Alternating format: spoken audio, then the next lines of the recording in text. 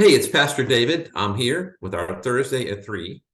And today I want to do our monthly financial update.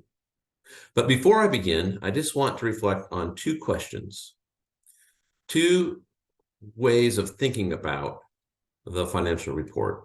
And the first is this: what is the benefit of sharing a monthly financial report? And second, what are the challenges of sharing a monthly financial report? What are the benefits of going over our finances on this video every month? And what are the challenges?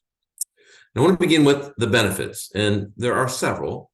And the first is transparency. We really do seek to let folks know where the spending is happening in our church family. We seek to be a family, a community, a spiritual community.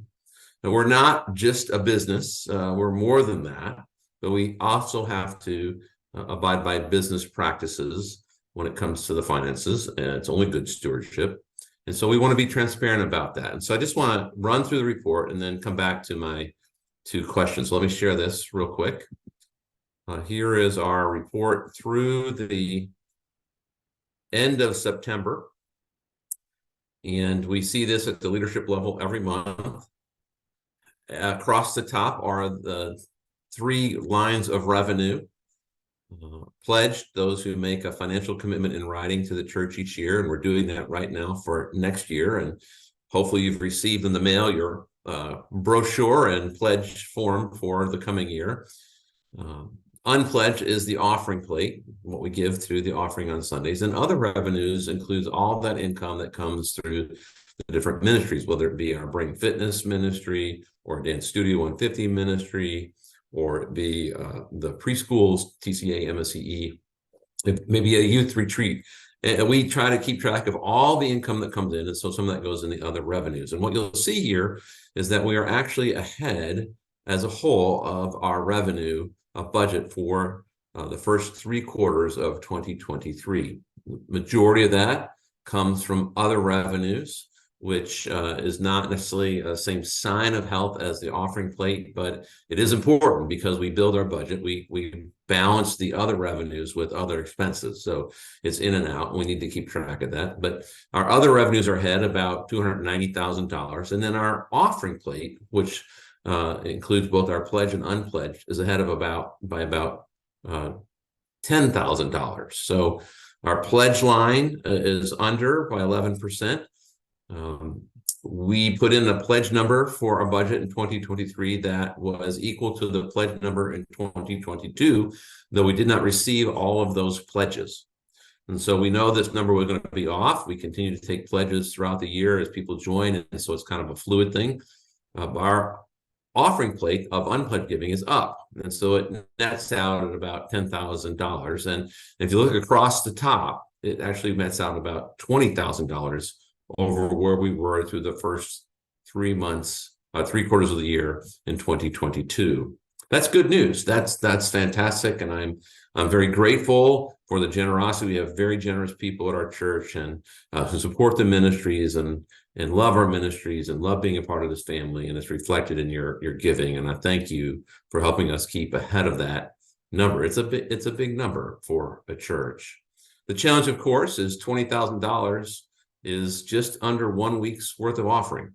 And we have some unique setting into the coming year at the end of the year, where we have a newest Sunday on the second Sunday of the month, which helps us put some money towards a NUA. And then we have Thanksgiving. And then in December this year, Christmas Eve falls on a Sunday, which means we actually wind up taking one less offering this year. And so we're great to be ahead. We're keeping an eye on it because the way the year ends this year, there will be less offering opportunities than most years. At this point, we're about $10,000 ahead on our offering, and we're a good portion ahead on our other revenues. Moving down, you'll see the expenses: a gracious host, passionate seekers, vibrant family, Christ-like servants. Those are groupings of ministries. All our ministry teams, there are about 25 ministry teams and committees that comes under those 4 groupings, that's built around our vision statement of who we feel we will be if we're living our mission to make disciples of Jesus Christ. If we're living out our mission of making disciples of Jesus Christ, we will be a passionate family, a vibrant family. We will be built on God's grace. We'll be gracious hosts. We'll be passionate seekers of God's word. We love to get into God's word, and we'll seek to live as Christ-like servants in the image of Christ. And so these areas of ministries are grouped together to live out our vision of what we're trying to be. And you'll see that 3 out of the 4 are ahead of schedule. That is, they're underspending. One is overspending by 3%. In that vibrant family pillar, that's our preschools, and that's a fairly big budget. You have to kind of look at the dollar figure, and when you include all those ministries, it can vary depending on month when expenses are not even every month. We don't have expenses fall out evenly in 12 equal segments, particularly with the preschool, that MSE doesn't go all year in terms of school. And so that does get affected in that way. But overall, we're doing pretty well in our ministries. We're actually ahead in our ministries, underspending by about $64,000. So thankful for all our leaders and lay leaders who are continuing to be good stewards of what we're given.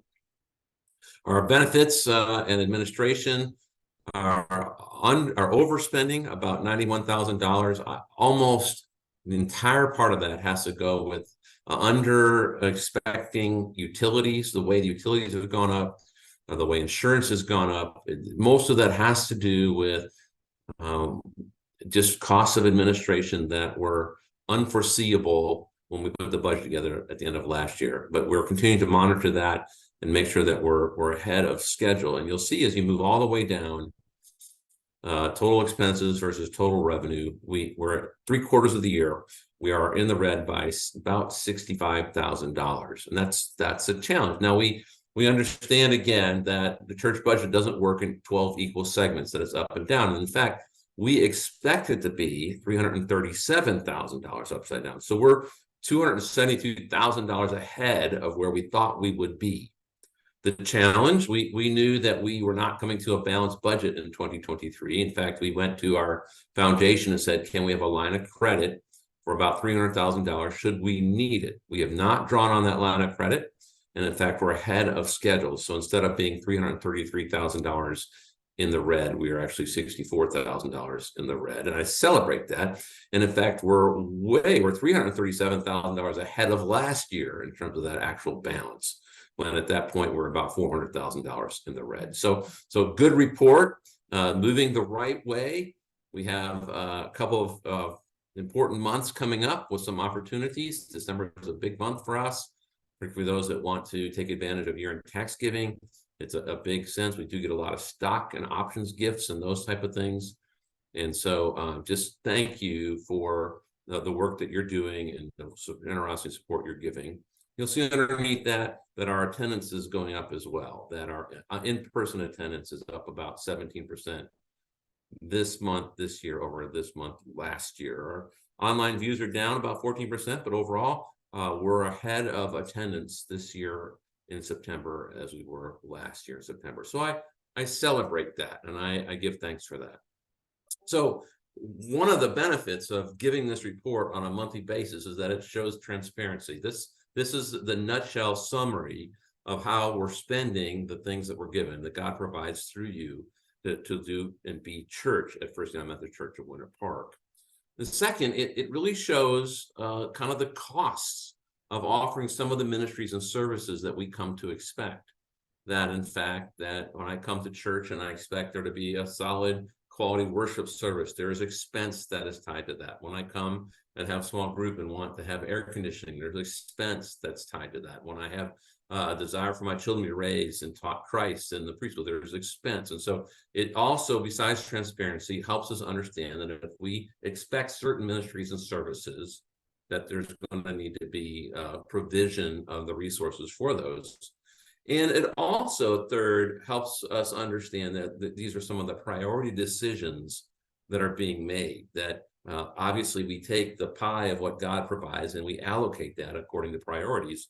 And you can look at this summary and you can say, hey, we know that a certain amount is going to go for administration, a certain amount is going to go to ministries over here, A certain amount is going to go to the building. This is how it breaks out. And so in some sense, this begins the dialogue about priorities. And so there is benefit to sharing a monthly financial report in the sense that it promotes transparency. It shows the cost of different ministries and services we expect, and it begins the dialogue of priorities. How are we allocating the resources we've been given? Second question, what is the challenge of showing a monthly financial report? And I think there is a challenge. And the challenge is that it begins to communicate, or can communicate, the idea that the goal is sustaining the institution. That when we talk about money, what we're really talking about is making sure First United Methodist Church Winter Park exists. And in some level, we do want it to exist, and we want to give and support that. But giving is really so much greater than that. Giving really has to move beyond that. The church has to move beyond being just a business. And giving is really about my walk with God. It's really about my faith and discipleship in Jesus Christ, and even more, our faith and our discipleship in Jesus Christ. But Robin and I, we do pledge. Actually, we give more than pledging. We've done that over the years, and I will tell you over and over, and I've done it from the front, just how much it has blessed me, how much I'm grateful for Robin, who really insisted at the beginning of our marriage that we would indeed pledge to the church, and we would tithe. We would do more than 10%. Starting from the tithe as the first thing in our budget has been tremendously freeing. That it's really not even a debate in our house. We just talked about next year, and we just kind of start. We kind of say, what's our income, and take 10% or so and more, and we add on. And it just is really freeing to just trust that God's going to provide on the back of it, because we've been faithful. And I highly recommend, if you have not tried pledging, pledging's not for the sustaining of the institution. Pledging's not really even something that's absolutely necessary to build a budget, because we build it off of what we receive. But it is absolutely fundamentally important for us as individuals. We tend to be more generous when we make a commitment to being generous. And I am more generous when I plan on being generous than if I just do it randomly and haphazardly. And so I just really recommend, if you've never pledged, to really think about doing that as a way for you to grow in your generosity between you and God. That's really the point of it. Giving is also really something that gets to the heart of who we believe we are, and what our priorities are, and who God is, and how we're to live in response to what God has given us. Not just as individuals, but also as a community. And sometimes we get into this idea that, we have budget reports, we're doing this, we got to do this and this, and we forget that at the heart of the issue is really about questions like, is my money really my money? And what expectations do I have about the resources I've been giving? And what expectations, or what is God's thoughts on the resources I've been given? And how do I look to God, and what priority do I place on God in that? These are the questions that giving raises and giving engages. And this is really what is behind the financial reports. It's of course, we want church to be here. And yes, of course, we have to be good business people and be good stewards of what's given. And yes, we have to make priorities.